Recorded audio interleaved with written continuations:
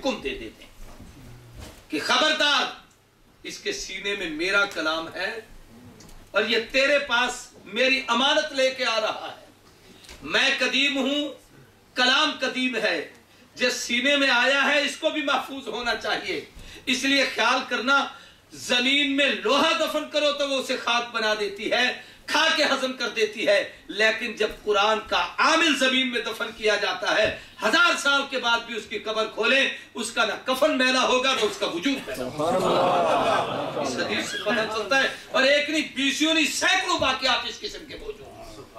تو میں عرض کر رہا ہوں کہ سب سے پہلی صفت یہ ہے کہ قرآن اللہ کا، سارے کہیں اللہ کا کلام ہے. ایک بات اسی کلام کی نسبت سے دوسری بات ساتھ ہی چھوٹی سی عرض کر دوں کہ کلام باقی، رب کی ذات باقی تو کلام بھی باقی. ایسے اللہ کی ذات حفیظ ہے تو اس کا کلام محفوظ ہے. دنیا میں کوئی کتاب محفوظ نہیں. آج تورات اپنی اصلی شکل میں نہیں، انجیل اپنی اصلی شکل میں نہیں، زبور اپنی اصلی شکل میں نہیں. اصلی شکل تو بڑی دور کی بات ہے. وہ صفحہ ہستی سے کتابیں ایسی مٹی کہ جن زبانوں میں تھی وہ زبانیں بھی دنیا سے غائب ہو گئی.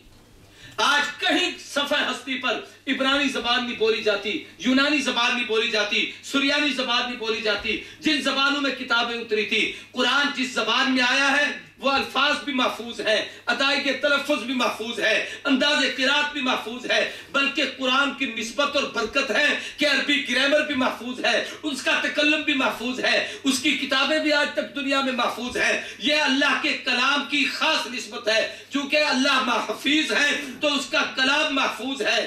اور یہی وجہ ہے، ایک بات اور کہہ دوں کہ یہ محفوظ کلام محفوظ سینوں میں رہتا ہے.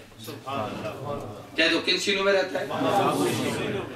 سمجھو، جو سینے چیرے جائیں، پھاڑے جائیں، پیٹے جائیں، شک کیے جائیں، اللہ ان گندے سینوں میں محفوظ کلام نہیں رکھتا. محفوظ ان سینوں میں ہوگا جن کے سینے محفوظ. تو پہلی بات میں نے آپ کے سامنے یہ کہی، بڑی مختصر میں، میری عادت ہے میں اپنے عقائد اور مسائل ضرور سمجھا دیا کرتا ہوں اپنی تقریر میں. تو سب سے پہلا مسئلہ آپ یہ سمجھیں کہ قرآن اللہ کا کلام، سارے بولو اللہ کا کلام ہے. اور جب اس کا کلام ہے تو حدیث پاک میں آتا ہے اللہ نے اس کو پڑھا بھی ہے. بڑی عجیب بات ہے، بڑی عجیب بات ہے. اللہ نے پڑھا ہے اس زمین اسمان کی تخلیق سے بھی کئی ہزار سال پہلے. اللہ تبارک و تعالیٰ نے اس کی تلاوت کی اور فرشتے وجد میں آ گئے سن کر، اور ان کی زبان سے جملے تھے کہ کتنی خوش نصیب امت ہوگی جس کے حصے میں یہ قرآن آئے گا، کتنی خوش نصیب وہ زبانیں ہوگی جو اس کو طوبیٰ لألسنتہم من یقرؤون، وہ زبانیں مبارک کے مستحق جو اس کی تلاوت کریں گے، وہ سینے مبارک کے مستحق جن میں یہ کلام محفوظ ہوگا، وہ امت مبارک کے مستحق جو امت اس قرآن پاک کو پڑھا کرے گی. تو قرآن پاک ایسی کلام جو قرات کی کلام ہے، محفوظ کلام ہے اور اللہ کا اپنا کلام ہے. ایک بات یہاں اور بھی چھوٹی سی کہہ کے پھر اگلی بات شروع کرتا ہوں. پوری توجہ سے میری طرف آپ غور کریں. میں آپ سے ایک چھوٹا سا سوال کرتا ہوں، میرے سوال کا پہلے جواب دیں کہ قرآن پاک کن کے لیے آیا ہے؟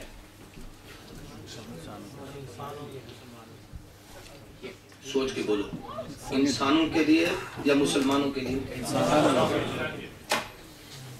نہیں، مسلمانوں کے لیے آیا ہے، انسانوں کے لیے. ہدایت سب کے لیے ہے، لیکن اس کا پڑھنا، اس کو یاد کرنا، اس سے تعلق رکھنا یہ مسلمانوں کے لیے ہے.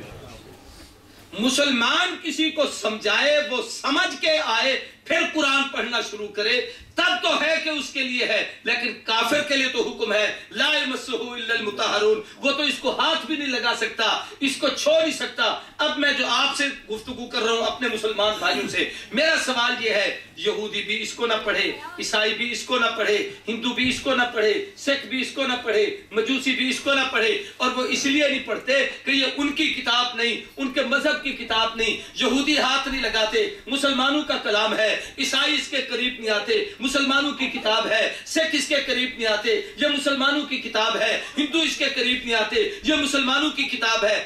وہ نہ پڑھے کہ یہ مسلمانوں کی کتاب ہے، اور ہم میری بات آپ شاید سمجھ نہیں پائے میں کیا کہہ رہا ہوں. میں دعویٰ تو نہیں کرتا، لیکن اگر یوں میں پوچھ لوں کہ آج صبح سے اس وقت تک آپ میں سے کتنے آدمی ہیں جس نے کم از کم ایک پارہ بھی پڑھا ہو، تو میں یہ کہتا ہوں کہ بھئی خدا کے لیے یہ کلام ہمارے لیے اور ہمارے پڑھنے کے لیے آئے.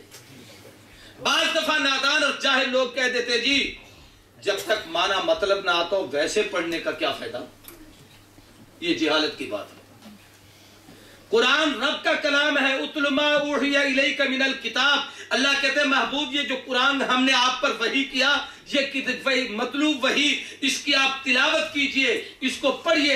رب نے نبی کو پڑھنے کا حکم دیا ہے، پیغمبر نے صحابہ کو پڑھنے کا حکم دیا ہے، اور پھر اس کے پڑھنے کے آداب بتائے ہیں. علماء نے لکھا ہے اللہ نے قرآن کی تلاوت کی، جبریل امین نے تلاوت کی، نبی کریم صلی اللہ علیہ وسلم نے تلاوت کی، صحابہ اکرام نے تلاوت کی، اور قیامت میں امت میں قیامت تک قرآن پاک کی تلاوت کی جائے گی کہ قرآن آیا تلاوت کے لیے ہے. خوش نصیب وہ لوگ ہیں جو قرآن کی تلاوت کرتے ہیں. آج وعدہ کریں کہ ہم قرآن کی تلاوت کیا کریں گے انشاءاللہ.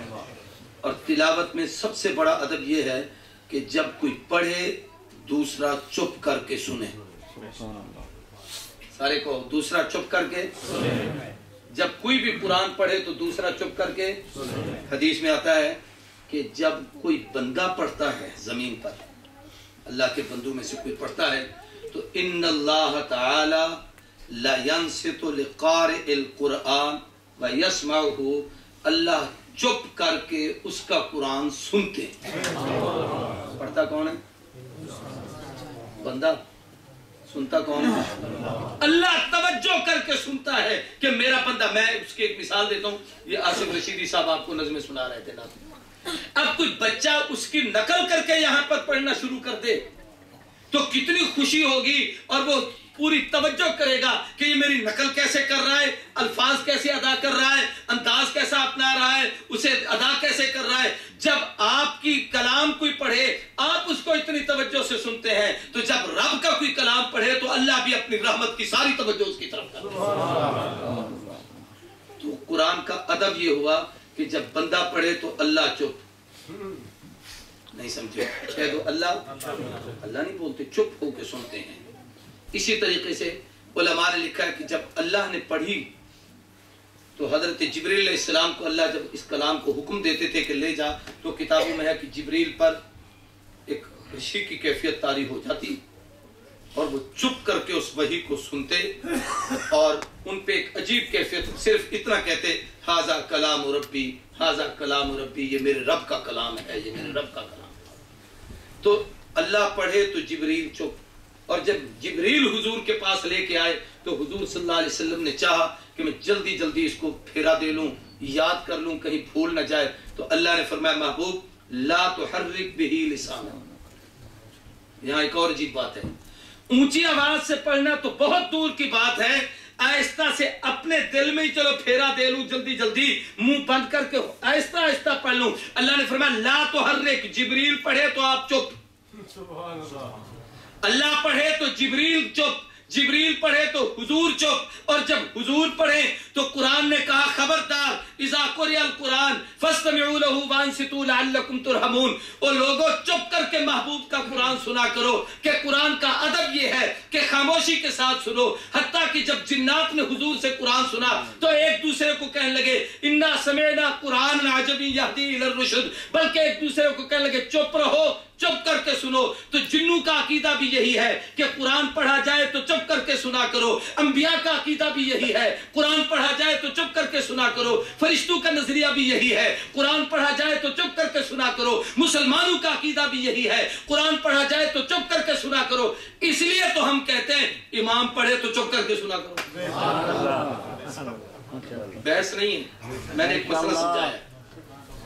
ابھی یہ ہمارا ساحل صاحب بیٹھا ہے، میں تو خود اس پر بڑا حیران تھا بھی ساحل ہے کیا چیز نام. تو اس نے مجھ سے ایک سوال کیا، تو اس کے جواب میں نے کہا بھی عیسیٰ علیہ السلام قیامت کے قریب اتریں گے. ہم سب مسلمانوں کا عقیدہ ہے کہ عیسیٰ علیہ السلام آئیں گے کہ نہیں آئیں گے؟ آئیں گے. کہتے ہیں دمشق کی جامع مسجد کے مشرقی مینارے پر اتریں گے، عصر کی اذان ہو چکی ہوگی اور صفیں بن چکی ہوں گی اور امام مصلی پر آ چکے ہوں گے، تکبیر کہی جا چکی ہوگی، ساری ترتیب ہوگی، تو اوپر سے آواز دیں گے بھائی یار مجھے بھی اتار لو اور ٹھہر جاؤ، میں بھی تمہارے ساتھ نماز میں شریک ہوتا ہوں۔ چنانچہ سیڑھی رکھی جائے گی، عیسیٰ علیہ السلام اتریں گے، نیچے تشریف لائیں گے۔ اب عیسیٰ نبی ہیں اور مصلی کا امام تو امام ہے۔ اس وقت جو امام مصلی پر کھڑے ہوں گے حضرت مہدی، وہ اپنی نماز کے اس وقت کیا تھے؟ امام۔ اب وہ امام ہیں، اب یہ پیچھے ہو جائیں گے احتراماً کہ آپ نبی ہیں، آپ پڑھائیں۔ عیسیٰ علیہ السلام کہیں گے نہیں آپ پڑھائیں۔ وہ ان کی منت کریں گے یا ان کی منت کریں گے؟ القصہ مختصر یہ کہ نبی کا حکم ہوگا تو اعلی امر فوق الادب، حضرت عیسیٰ پیچھے کھڑے ہوں گے، حضرت مہدی پڑھائیں گے۔ لیکن میں آپ سے پوچھتا ہوں درجہ کس کا زیادہ ہے؟ نبی کا یا امتی کا؟ نبی کا۔ حق کس کا تھا نماز پڑھانے کا؟ نبی کا۔ سارے بولو نبی کا۔ کیوں نہیں پڑھائی؟ اس لیے کہ عیسیٰ علیہ السلام قرآن والے نبی نہیں، انجیل والے نبی ہیں۔ میری طرف دیکھیں، سبحان اللہ۔ عیسیٰ علیہ السلام انجیل والے نبی ہیں اور نماز میں قرآن کی قرات کرنا فرض ہے، اور وہ قرات امام کو تو آتی تھی، اس نبی کو نہیں آتی تھی، اس لیے وہ پیچھے کھڑے ہوں گے کہ مقتدی پیچھے چپ کر کے کھڑا رہے، اس کی نماز ہو جاتی ہے، امام کو پڑھنا ضروری ہوتا ہے۔ اس لیے حضرت عیسیٰ کہیں گے تو پڑھا، میں تیرے پیچھے آمین کہوں گا، میری ہو جائے۔ تو سب سے پہلی چیز میں نے آپ کو سمجھائی کہ قرآن اللہ کا۔ اب دوسری چیز، قرآن ہمارے نبی کی سیرت ہے۔ سارے کو ہمارے محبوب کی سیرت، اسی بات سے ہمارے پیغمبر کی سیرت۔ دنیا میں سیرت بیان کرنے والے بڑے لوگ آئے، قیامت تک آتے رہیں گے۔ ہر آدمی اپنے انداز اور اپنی محبت کے اظہار میں حضور اکرم صلی اللہ علیہ وسلم کی تعریف و توصیف کرتا ہے، لیکن میں کہتا ہوں جو اماں عائشہ صدیقہ نے سکھایا، ام المؤمنین صدیقہ کائنات، محبوبہ حبیب خدا، گلشن رسول کے اندلیبہ، سیدہ طیبہ طاہرہ اماں عائشہ صدیقہ سے پوچھا گیا امی ما کان خلق رسول اللہ، آپ ہمیں سمجھائیں گی، سکھائیں گی، بتائیں گی پیغمبر کے اخلاق کیا ہیں، حضور کے صفات کیا ہیں، محبوب کی زندگی کے دن رات کیا ہیں، حضور کی سیرت کے واقعات و حالات کیا ہیں؟ اماں نے فرمایا مجھ سے پوچھتے ہو کیا تم نے قرآن نہیں پڑھا؟ امی قرآن پڑھتا ہوں، دن رات پڑھتا ہوں۔ فرمایا کان خلقہ القرآن، الحمد سے والناس تک جو کچھ قرآن میں ہے یہ سب حضور کی سیرت ہے۔ کیا مطلب؟ قرآن علم ہے، نبی عمل ہے، قرآن اجمال ہے، پیغمبر اس کی تفصیل ہے، قرآن متن ہے، آقا اس کی تشریح ہے، قرآن ذکر ہے، حضور ذکر کے مذکر ہیں، قرآن واعظ ہے، حضور واعظ ہے، قرآن ہدایت ہے، نبی ہادی ہے، قرآن رحمت ہے، نبی رحمت للعالمین ہے، قرآن نور ہے، حضور سراج منیر ہے، الحمد سے والناس تک یہ سارا قرآن سیرت مصطفیٰ ہے، سر سے پاؤں تک وجود محمد صورت مصطفیٰ۔ کسی نے کہا تھا تیری صورت تیری سیرت زمانہ میں نرالی ہے، تیری ہر ہر ادا پیاری دلیل بے مثالی ہے، محمد مصطفیٰ کے خلق کا مظہر یہ قرآن ہے، ستارہ خلق احمد کا سما پر بھی درخشاں ہے۔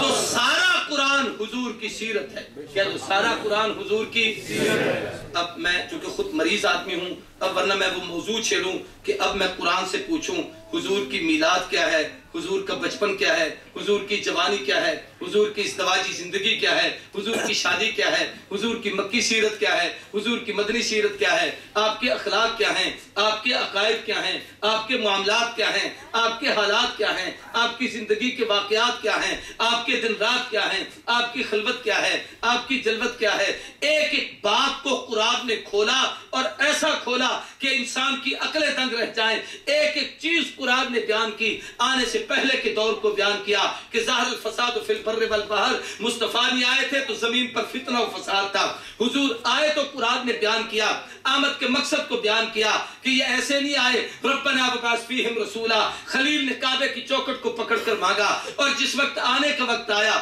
جس شہر میں آنے کا انتخاب ہوا، فرمایا لا اقسم بہذا البلد وانت حل بہذا البلد ووالد وما ولد۔ حضور کی ولادت کو قرآن نے بیان کر کے کہا کہ محبوب ہم اس شہر کی عظمت کی قسم اٹھاتے ہیں اس لیے کہ آپ یہاں پر آ رہے ہیں، اگر آپ کا آنا مقصود نہ ہوتا میں رب اس کی قسمیں بھی نہ اٹھاتا۔ علماء بیٹھے ہیں تو میں یہاں ایک اور بات عجیب کرتا ہوں اسی آیت کی روشنی میں،